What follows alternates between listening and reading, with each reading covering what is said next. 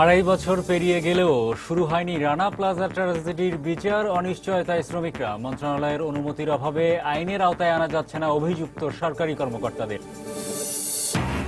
নিরাপত্তার সংখ্যা বাড়ায় রাজধানীতে গত এক মাসে সিসিটিভি বিক্রি বেড়েছে দ্বিগুণেরও বেশি। অপরাধ দমনে কার্যকর প্রযুক্তিপণ্য সহজলভ্য করার পরামর্শ নিরাপত্তা বিশ্লেষকদের। ব্রাহ্মণবাড়িয়ায় অবৈধ গ্যাস সংযোগ দিয়ে গ্রাহকদের কাছ থেকে কোটি কোটি টাকা হাতিয়ে নিচ্ছে একাধিক চক্র। এখনো ধরাছোঁয়ার বাইরে তারা। চরম বিপাকে গ্রাহকরা। এবং পুরুষের সমান কাজ করেও পারিশ্রমিক নিয়ে বৈষম্যের শিকার রাজশাহীর নারী শ্রমিকরা। মালিকদের স্বেচ্ছাচারিতাকে দুষছেন নারী নেত্রীরা। সচেতনতা বাড়ানোর পরামর্শ।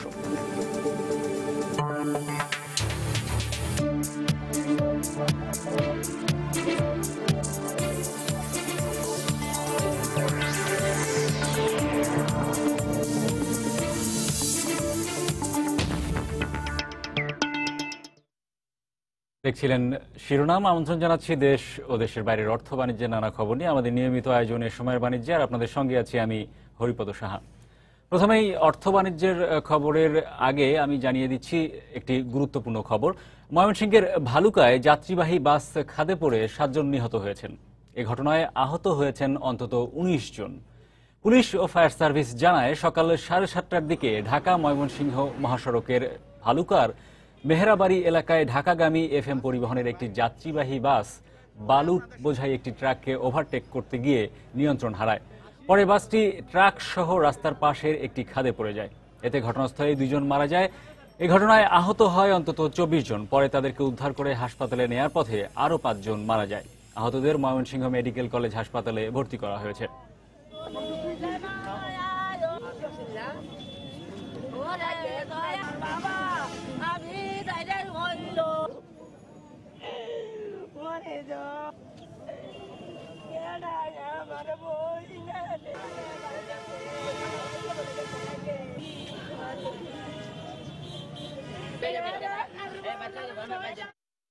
সিঙ্গাপুর ট্রেনিং দেওয়ার জন্য ঢাকা যেতেছে।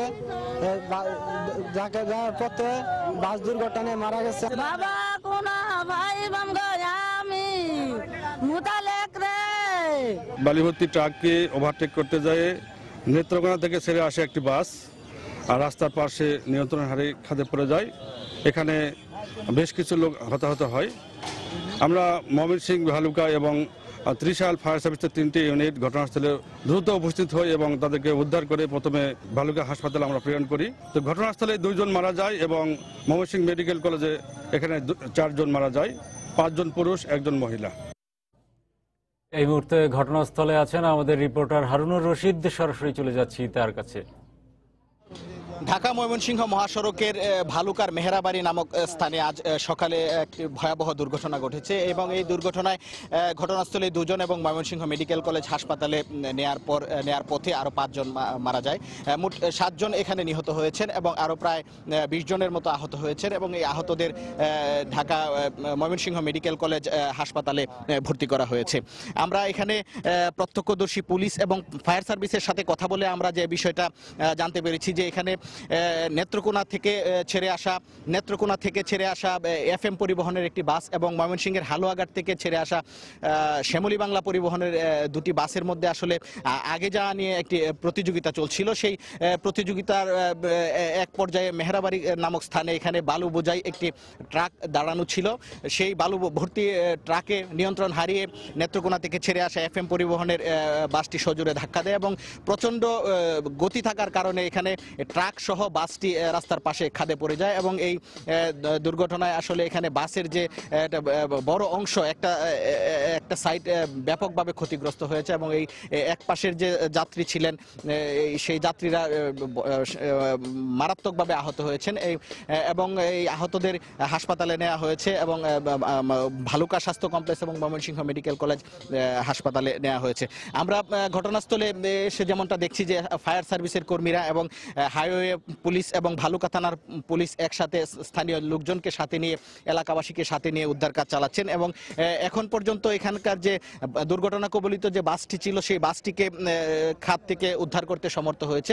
তো এই মুহূর্তে আপনারা দেখতে পাচ্ছেন যে ফায়ার সার্ভিসের কর্মীরা ওই ট্রাকটিতে অবস্থান নিয়েছেন এবং তারা দেখছেন যে আসলে এই ট্রাকটিকে কিভাবে উদ্ধার করা যায়, তারা সেই চেষ্টা করছেন এবং পুলিশ সদস্যরাও রয়েছেন এখানে এবং স্থানীয় লোকজনও রয়েছেন এবং ফায়ার সার্ভিসের কর্মীরা চেষ্টা করছেন এই ট্রাকটিকে দুর্ঘটনা কবল থেকে স্থান থেকে উদ্ধার করে নিয়ে যাওয়ার জন্য।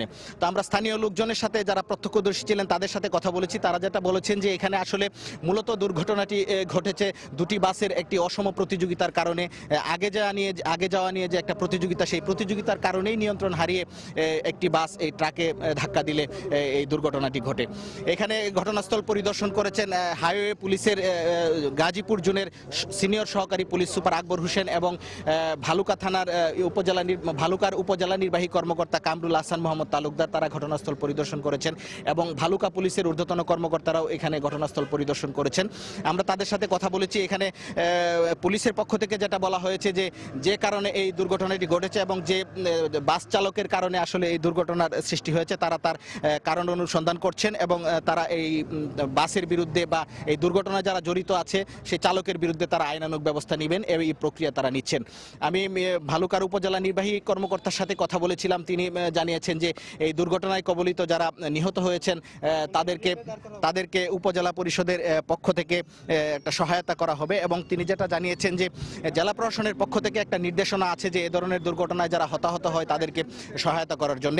তো উপজেলা নির্বাহী কর্মকর্তা জানিয়েছেন যে এখন পর্যন্ত তাদের সাথে কোনো হতাহতের পরিবার যোগাযোগ করেননি। তাদের সাথে যোগাযোগ করলে তাদের লাশ দাফন কাফন এবং পরিবহনের যে খরচ রয়েছে সেই খরচটা তারা উপজেলা প্রশাসনের পক্ষ থেকে দেবেন। তো এখন পর্যন্ত এখানে উদ্ধার কাজ চলছে। ফায়ার সার্ভিস, পুলিশ এবং স্থানীয় লোকজন এখানে উদ্ধার কার্যক্রম চালাচ্ছেন। সবশেষ খবর হচ্ছে যে দুর্ঘটনার পর ঘটনাস্থলে 2 জন মারা যায়। ময়মনসিংহ মেডিকেল কলেজ হাসপাতালে নেয়ার পথে আরও 4 জন মারা যায় এবং হাসপাতালের নেওয়ার পর ভর্তিকৃত আহতদের মধ্য থেকে আরেকজন মারা যায়। সর্বমোট 7 জন এই সড়ক দুর্ঘটনায় নিহত হয়েছেন এবং 20 জন আহত হয়েছেন। তো এই ছিল আমার কাছ থেকে এই সড়ক দুর্ঘটনার সর্বশেষ খবর। দর্শক, ময়মনসিংহের ভালুকায় যে মর্মান্তিক সড়ক দুর্ঘটনা ঘটেছে সেই ঘটনা তুলে ধরছিলেন আমাদের সহকর্মী হারুনুর রশিদ। এবারে ফিরছি অর্থ বাণিজ্যের মূল সংবাদে। সমবায় উদ্যোক্তা সৃষ্টির মাধ্যমে টেকসই উন্নয়ন স্লোগানে রাজধানীতে পালিত হচ্ছে 44তম জাতীয় সমবায় দিবস 2015। এ উপলক্ষে সকালে মানিক মিয়া অ্যাভিনিউ থেকে একটি র্যালি বের করা হয়। স্থানীয় সরকার, পল্লী উন্নয়ন ও সমবায় মন্ত্রী খন্দকার মোশাররফ হোসেন র্যালির উদ্বোধন করেন। এ সময় মন্ত্রণালয়ের প্রতিমন্ত্রী মশিউর রহমান রাঙা সহ ঊর্ধ্বতন কর্মকর্তারা উপস্থিত ছিলেন। সমবায় উদ্যোক্তারাও র্যালিতে অংশ নেন। র্যালিটি শেরেবাংলা নগরের বঙ্গবন্ধু আন্তর্জাতিক সম্মেলন কেন্দ্রের সামনে এসে শেষ হয়। দিবসটি উপলক্ষে বঙ্গবন্ধু সম্মেলন কেন্দ্রের জাতীয় সমবায় পুরস্কার 2013 প্রদান করা হবে। 2013 সালে সমবায়ে অবদান রাখার জন্য 6টি প্রতিষ্ঠান ও 4 জন উদ্যোক্তাকে 10টি শ্রেণীতে পুরস্কার দেয়া হবে।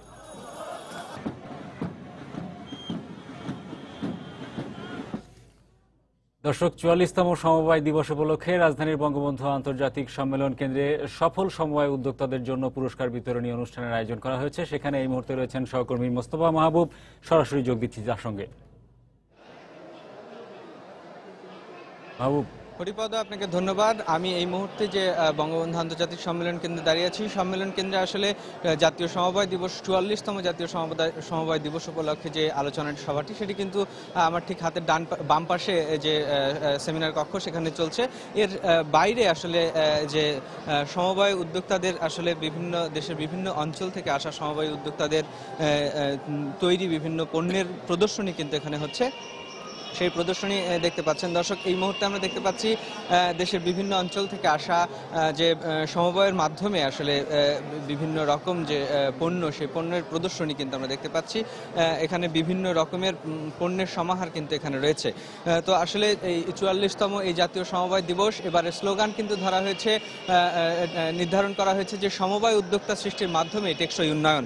সরকারের যে লক্ষ্যমাত্রা, টেকসই উন্নয়ন যে নতুন লক্ষ্যমাত্রা নির্ধারণ হয়েছে, যে এসডিজির যে লক্ষ্যমাত্রা নির্ধারণ হয়েছে, সেই লক্ষ্যমাত্রাকে সামনে রেখেই কিন্তু আসলে দেশের যে বিভিন্ন সমবায় প্রতিষ্ঠানগুলো আছেন বা উদ্যোক্তারা আছেন তাদেরকে কিন্তু একত্রিত করে আসলে এগিয়ে যাওয়ার যে প্রত্যয়, সেই প্রত্যয়কে কিন্তু সামনের দিকে এগিয়ে নিয়ে যাওয়ার চেষ্টা করা হচ্ছে। এবং আমরা এই মুহূর্তে দেখতে পাচ্ছি যে একটি সমবায় প্রতিষ্ঠান, এখানে বিভিন্ন রকমের আসলে পণ্য সামগ্রী তৈরি প্রদর্শনী এখানে দেখা যাচ্ছে। তো আমরা একটু কথা বলতে চাই তাদের সাথে যে আপনারা এখানে যে পণ্যগুলো আসলে প্রদর্শন করেছেন সেগুলো আসলে কারা তৈরি করেছে এবং আসলে কিভাবে এগুলো এখানে প্রদর্শন হলো তার জানতে চাই।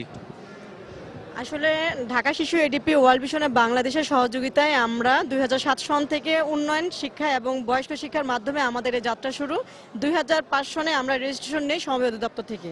এবং কারা মূলত আসলে এই পণ্যগুলো তৈরি? আসলে আমরা মোহাম্মদপুর থানায় আওতাধীন, তো সেখানে আমাদের কর্ম যে বাসিন্দারা আছে তারাই আমাদের সদস্য, সেই মহিলাগুলো। এই সদস্যগুলোকে আপনারা কিভাবে সংগ্রহ করেন? এই সদস্যগুলো হলো যে আমরা ওই যে উন্নয়ন দল বলেছি, আমাদের একটা দলে 20 থেকে 25 জন ছিল, তাদেরকে ওইভাবে করে আমাদের 14, 15, 20টা দল নিয়ে আমাদের এই যাত্রা। দর্শক, আপনারা দেখতে পাচ্ছেন যে এখানে যে পণ্যগুলো আছে এগুলো কিন্তু আসলে মূলত সুবিধা বঞ্চিত মানুষ যারা তাদেরকে সংগঠিত করার মাধ্যমে কিন্তু তৈরি করা হয়েছে। তো এই ধরনেরই আসলে আরো অনেক পণ্য এবং বিভিন্ন ধরনের আসলে দ্রব্য এখানে কিন্তু প্রদর্শন করা হয়েছে। তো এই ছিল আসলে আমার কাছে ঢাকা আন্তর্জাতিক সম্মেলন কেন্দ্রের সর্বশেষ খবর। দর্শক, জাতীয় সমবায় দিবসের আয়োজন তুলে ধরছিলেন আমাদের সহকর্মী মোস্তফা মাহবুব বঙ্গবন্ধু আন্তর্জাতিক সম্মেলন কেন্দ্র থেকে।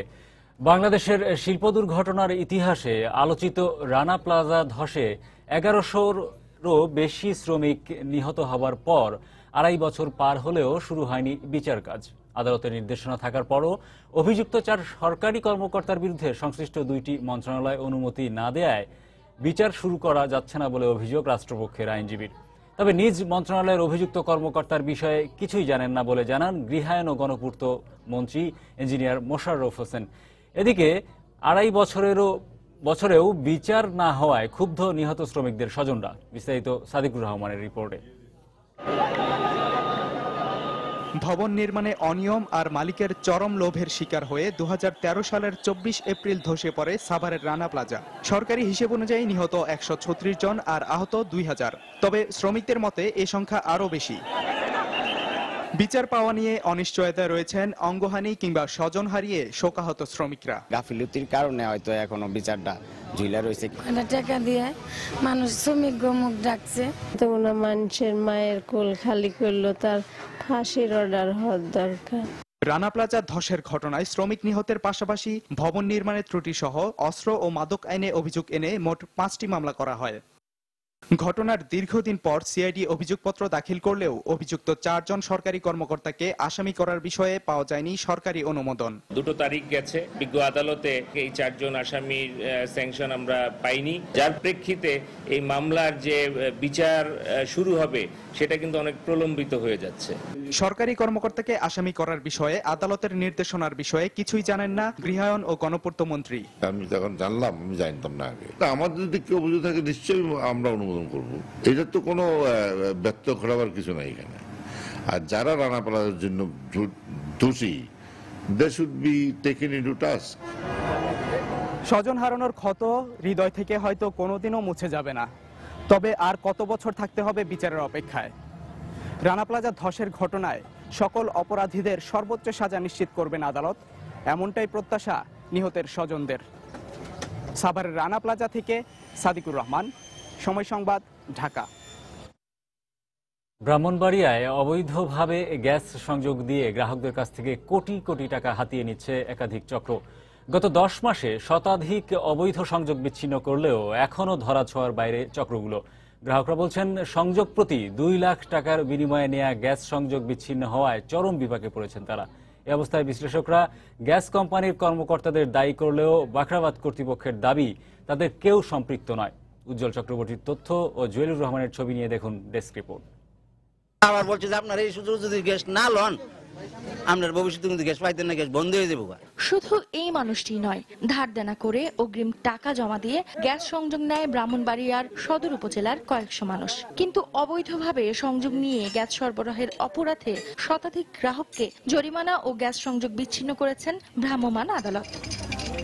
ভুক্তভোগীদের অভিযোগ, এসব সংযোগ বৈধ বলে গ্রাহক প্রতি 1 থেকে 2 লাখ টাকা হাতিয়ে নিয়েছে বাখরাবাদ গ্যাস কোম্পানির এক শ্রেণীর অসাধু ঠিকাদার নিয়ন্ত্রিত একাধিক চক্র।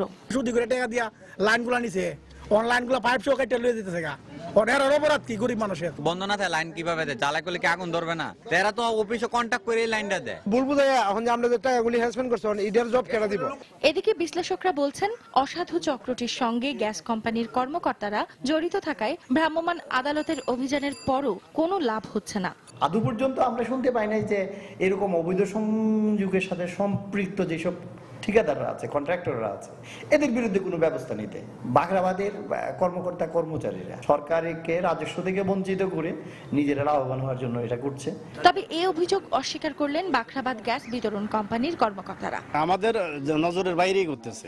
এখন আমরা তো পরক্ষণে এগুলা যখনই শুনতে পাই তখনই তাদের বিরুদ্ধে অভিযান পরিচালনা করি। গত 10 মাসে ব্রাহ্মণবাড়িয়া সদর উপজেলার বিভিন্ন স্থান থেকে 10,000 মিটারের বেশি পাইপ জব্দ এবং 2 শতাধিক অবৈধ সংযোগ বিচ্ছিন্ন করা হয়েছে। সময় সংবাদ, ব্রাহ্মণবাড়িয়া। এ সময়ের বাণিজ্যে আরো যা থাকছে।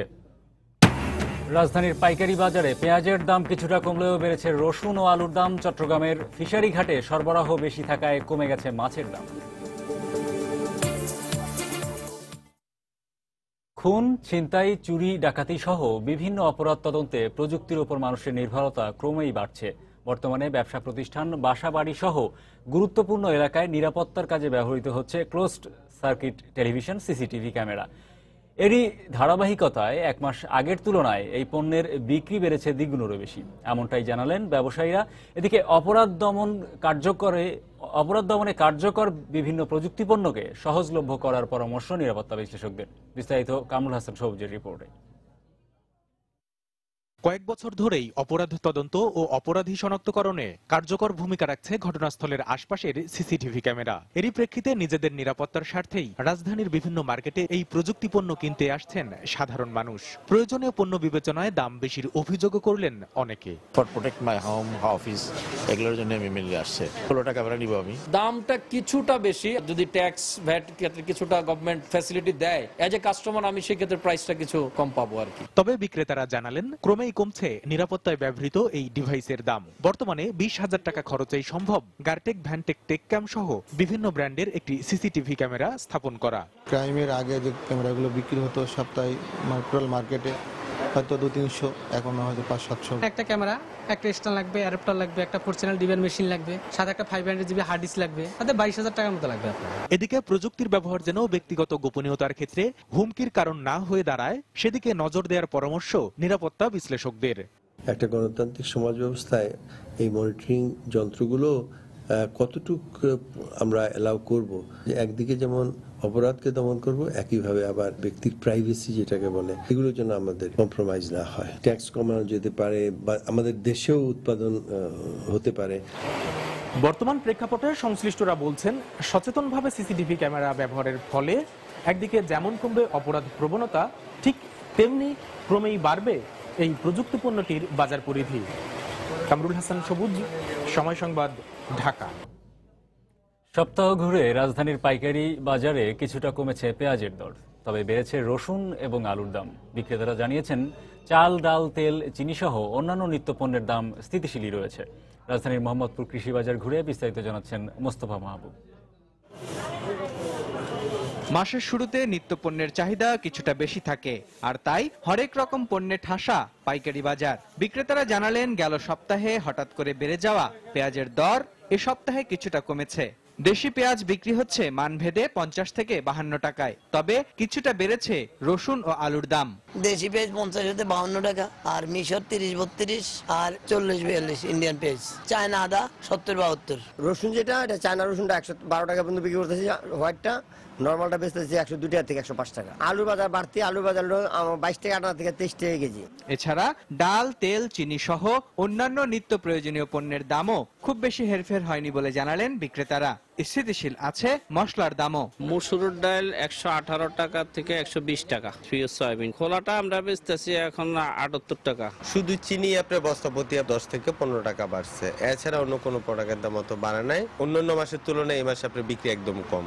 এদিকে গেল সপ্তাহের মতোই কমতির দিকে চালের দর। বিক্রেতারা জানালেন 34 থেকে 42 টাকার মধ্যেই পাওয়া যাচ্ছে ভালো মানের চাল। মোটা চালের দাম একবারই কমে আসছে, মোটা চালে প্রচুর আমদানি। গত সপ্তাহে যে নাজির আমরা 45-46 টাকায় বিক্রি করছি, এই সপ্তাহে নাজির আমরা 40 টাকা হলে বিক্রি করি। তবে কেজি প্রতি 2 টাকা বেড়েছে পোলাওয়ের চালের দাম। মানভেদে পোলাওয়ের চাল বিক্রি হচ্ছে 60 থেকে 80 টাকা কেজিতে। মুস্তফা মাহবুব, সময় সংবাদ, ঢাকা। এদিকে বন্দরনগরী চট্টগ্রামের ফিশারি ঘাটে সরবরাহ বেশি থাকায় কমে গেছে মাছের দাম। দেশি কিংবা সামুদ্রিক যে কোনো ধরনের মাছের দাম কেজিতে 25 থেকে 30 টাকা কম দামে পাওয়া যাচ্ছে বাজারে। তবে সংকট থাকায় কেজি প্রতি 100 থেকে 150 টাকা বেশি দামে বিক্রি হচ্ছে ইলিশ মাছ। আরও জানাচ্ছেন পার্থপ্রতিম বিশ্বাস। বন্দরনগরী চট্টগ্রামের সবচেয়ে বড় মাছের বাজার হচ্ছে ফিশারি ঘাট। এই বাজারে যেমন দেশের বিভিন্ন জায়গা থেকে মাছ নিয়ে আসা হয়, আবার এখান থেকে কিন্তু বিভিন্ন জায়গায় মাছ বন্টনও করা হয়। আজকে আমরা দেখেছি সাতক্ষীরা, খুলনা, বাগেরহাট সহ দেশের বিভিন্ন জায়গা থেকে প্রচুর মাছ এখানে নিয়ে আসা হয়েছে। আর মাছের সরবরাহ বেড়ে যাওয়ার কারণে কমে গেছে সামুদ্রিক কিংবা দেশি মাছের দাম। যে কোনো মাছের দামই কেজি প্রতি 25 থেকে 30 টাকা কম দামে বিক্রি হচ্ছে।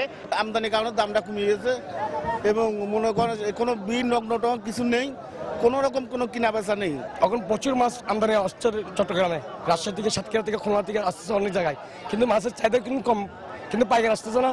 এখানে মোটামুটি পাইকার নাই, কাস্টমার নাই। দেশি মাছের মধ্যে রুই মাছ বিক্রি হচ্ছে 180 টাকা করে, তেলাপোয়া বিক্রি হচ্ছে 100 টাকা, এছাড়া কার্পু মাছ বিক্রি হচ্ছে 120 টাকা করে। আর সামুদ্রিক মাছের মধ্যে চাপিলা, লাইকা, সুরমা, কৈকরাল সহ বিভিন্ন ধরনের সামুদ্রিক মাছও কিন্তু অনেকটা গত সপ্তাহের তুলনায় কম দামে বিক্রি হচ্ছে এই বাজারে। তবে গত সপ্তাহে চিংড়ি মাছের দাম বাড়তি থাকলেও এই সপ্তাহে সরবরাহ বেশি থাকার কারণে 50 টাকা করে কমে গেছে চিংড়ি মাছ। গলদা চিংড়ির দামটা এখন আপাতত কম। আমরা যেটা আগে 700 বিক্রি করছি সেটা এখন 600 টাকা, 550 টাকা বিক্রি করতেছি। যেটা 500 বিক্রি করছি সেটা 450 টাকা বিক্রি হচ্ছে। আমরা গতকালকে বিক্রি করছি 200 টাকা, আজকে 180, 190 এরকম বিক্রি করতেছি। তবে বিপরীত হচ্ছে ইলিশ মাছের দাম। যেহেতু বাজারে ইলিশ মাছের সংকট রয়েছে, এছাড়া সমুদ্রে ইলিশ মাছ ধরা পড়ছে না, সেক্ষেত্রে 100 থেকে 150 টাকা বাড়তি দামে বিক্রি হচ্ছে ইলিশ মাছ। ইলিশ মাছের দর বাড়তি এখন, ইলিশ মাছ 100 টাকা আগের থেকে 100 টাকা 150 টাকা বাড়তি। ব্যবসায়ীরা বলছেন এখন যেভাবে মাছের সরবরাহ রয়েছে, আগামীতেও যদি সরবরাহ ভালো থাকে সেক্ষেত্রে মাছের দাম আরো কমে আসবে। চট্টগ্রামের ফিশারি ঘাট থেকে পার্থপ্রতিম বিশ্বাস, সময় সংবাদ। পুরুষের সমান কাজ করেও রাজশাহী অঞ্চলের নারী শ্রমিকরা সমান পারিশ্রমিক পান না। মালিকদের স্বেচ্ছাচারী মনোভাবের কারণে এমন বৈষম্য তৈরি হয়েছে বলে জানিয়েছেন নারী নেত্রীরা। আর বিশেষজ্ঞরা বলছেন সামাজিক সমস্যা সমাধানে সরকারি বেসরকারি উদ্যোগের পাশাপাশি সবার সচেতনতা বাড়ানোর বিকল্প নেই। মাহমুদ রাকিবের সহায়তায় আব্দুল সালামের ছবিতে সাইফুর রহমান রকির রিপোর্ট।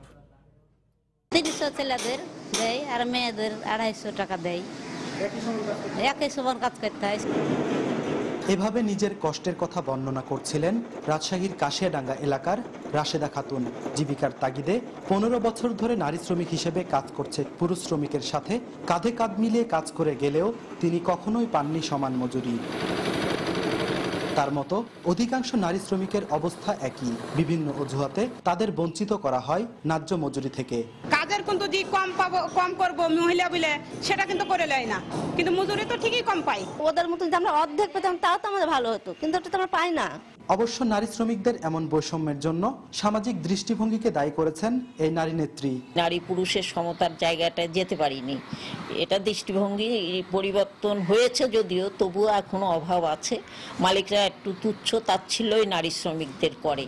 তবে সংকট উত্তরণে সরকারের পাশাপাশি বেসরকারি পর্যায়ে উদ্যোগ বাড়ানোর তাগিদ বিশেষজ্ঞদের। সরকার এবং বেসরকারি সবাই মিলে নারীদের যে একটা বিরাট যে একটা ভূমিকা রয়েছে বাংলাদেশের উন্নয়নে, সেটা স্বীকার করা এবং সেখানে কি কি করা যায় সরকারের কাছে আমাদের দাবি। রিসোর্স দিয়ে ওটা ব্যাক করতে হবে, না হলে কিন্তু ওই প্ল্যানের মতনই থেকে যায়। আর নারী ও পুরুষ শ্রমিকের সমান মজুরি ও মর্যাদা নিশ্চিত করতে আইন করার পরামর্শ নারী অধিকার নিয়ে কাজ করা সংগঠনগুলোর। সাইফুর রহমান রকি, সময় সংবাদ, রাজশাহী। এবারে গেল সপ্তাহের শেয়ার বাজারের খবর। লেনদেন এবং সূচকে নিম্নমুখী প্রবণতার মধ্য দিয়ে গেল সপ্তাহে কার্যক্রম শুরু করে ঢাকা স্টক এক্সচেঞ্জ। সপ্তাহের মাঝামাঝিতে এবং শেষে কিছুটা বাড়ে লেনদেন, তবে সপ্তাহের মাঝামাঝিতে বাড়লেও শেষের দিকে কমে যায় সূচক। সপ্তাহ শেষে লেনদেন বাড়ে 67 কোটি 62 লাখ টাকা এবং সূচক কমে 12 পয়েন্ট। সপ্তাহের প্রথম কার্যদিবস রোববার ডিএসইতে লেনদেন হয় 267 কোটি 84 লাখ টাকা, যা এর আগের সপ্তাহের শেষ কার্যদিবসের চেয়ে 188 কোটি 20 লাখ টাকা কম। এদিন সূচক ছিল 4514 পয়েন্ট। লেনদেনের এ পরিমাণ পুরো সপ্তাহের মধ্যে সর্বনিম্ন। দ্বিতীয় কার্যদিবসে কিছুটা বাড়ে লেনদেন এবং সূচকের পরিমাণ। তৃতীয় কার্যদিবসে লেনদেন বেড়ে দাঁড়ায় 320 কোটি 61 লাখ টাকা। এদিন সূচক ছিল 4551 পয়েন্ট। সূচকের এ পরিমাণ পুরো সপ্তাহের মধ্যে সর্বোচ্চ। চতুর্থ কার্যদিবসে লেনদেন আবারও কমে 200 কোটির ঘরে পৌঁছায়। এদিন সূচক কমে দাঁড়ায় 4511 পয়েন্ট। পঞ্চম এবং শেষ কার্যদিবসে লেনদেন বেড়ে পৌঁছায় 335 কোটি 46 লাখ টাকায়। লেনদেনের এ পরিমাণ পুরো সপ্তাহের মধ্যে সর্বোচ্চ। এদিন সূচক ছিল 4502 পয়েন্ট, যা পুরো সপ্তাহের মধ্যে সর্বনিম্ন। গেল সপ্তাহে লেনদেন হওয়া প্রতিষ্ঠানগুলোর মধ্যে 69টি প্রতিষ্ঠানের শেয়ারের দাম বেড়েছে, কমেছে 244টির এবং অপরিবর্তিত ছিল 14টি প্রতিষ্ঠানের শেয়ার ও মিউচুয়াল ফান্ডের দাম। গেল সপ্তাহে শেয়ারের দাম বাড়া প্রতিষ্ঠানগুলোর মধ্যে শীর্ষে ছিল third ICB mutual fund, Grameen mutual one, Ifad autos, Aramit এবং Bangladesh steel re rolling mills. অন্যদিকে শেয়ারের দাম কমা প্রতিষ্ঠানগুলোর মধ্যে zeal Bangla sugar mills, BD auto cars, Samata leather complex, Tallu spinning এবং বিডি ওয়েল্ডিং ইলেকট্রোডস উল্লেখযোগ্য। ঈশিতা ব্রহ্ম, সময় সংবাদ, ঢাকা। গেল সপ্তাহে বিভিন্ন মন্ত্রী, ব্যবসায়ী, বিশিষ্ট ব্যক্তিরা দেশের অর্থনীতি নিয়ে বিভিন্ন ধরনের গুরুত্বপূর্ণ বক্তব্য দিয়েছেন। আর এসব বক্তব্য নিয়ে আমাদের এবারের আয়োজন, চলুন দেখে নেই এক নজরে। যেগুলো আমাদের নয়, আমাদের বাইরে, সেগুলো বাদ দিয়ে আমরা বাকি এমডিজি গোলস গুলো আমরা অর্জন করতে পেরেছি। এইবারও আমরা এসডিজি গোল অর্জন করতে পারবো। 2030-এর মাঝে আমরা এই দেশকে হাঙ্গার ফ্রি করব, এই দেশের মানুষকে ক্ষুধামুক্ত করব, এই দেশের মানুষকে উন্নত শিক্ষায় তাদেরকে আমরা শিক্ষিত করব। টেকসই উন্নয়ন লক্ষ্য অর্জনের জন্য কি প্রয়োজন, এটা শুধু সরকারের নয়, সব নাগরিকের জানা প্রয়োজন। মাধ্যমিক শিক্ষায় বিষয়টি অন্তর্ভুক্ত করা যেতে পারে। যখন সবাই বুঝবে আমাদের কি কি দরকার, তখন সবাইকে একসঙ্গে সম্পৃক্ত করা সম্ভব হবে।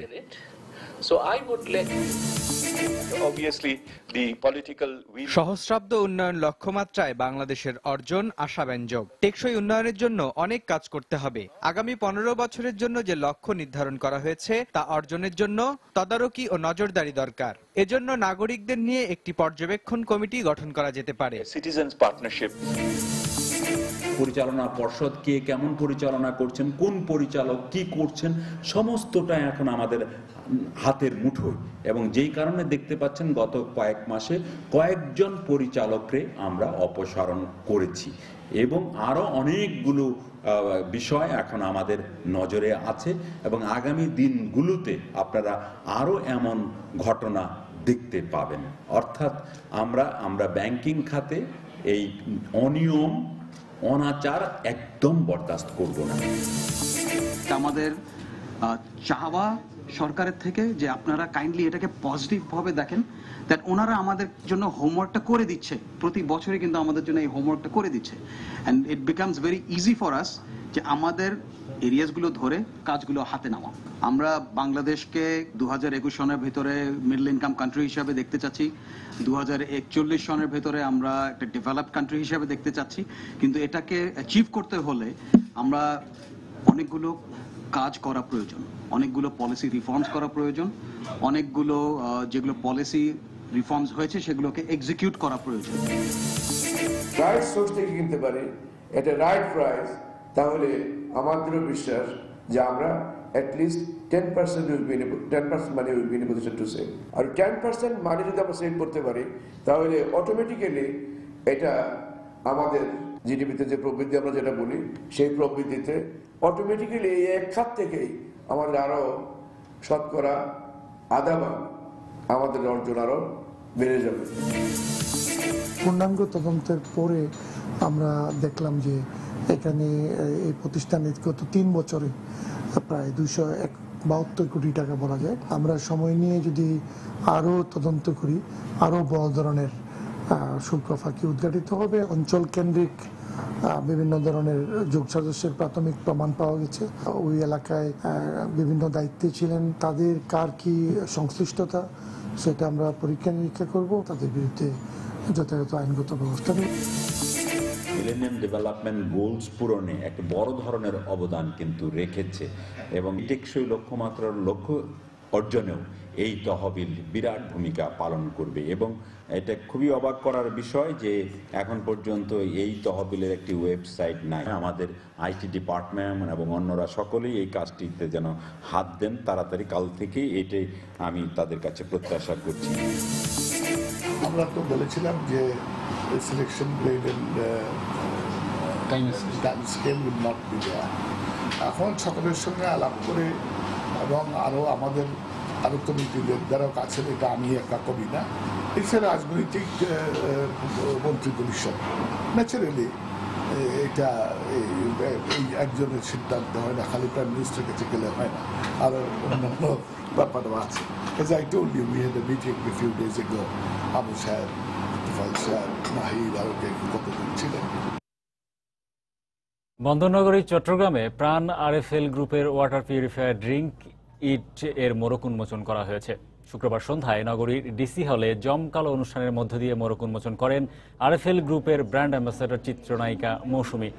এ সময় প্রাণ আরএফএল এর প্রধান বিপণন কর্মকর্তা এস.এম. আরফাতুর রহমান জানান, সাশ্রয়ী মূল্যে জনগণের দোরগোড়ায় নিরাপদ পানি পৌঁছে দিতে প্রাণ আরএফএল গ্রুপ নতুন এ পণ্যটি চট্টগ্রামের বাজারে এনেছে। এ সময় প্রতিষ্ঠানটির ঊর্ধ্বতন কর্মকর্তারাও উপস্থিত ছিলেন।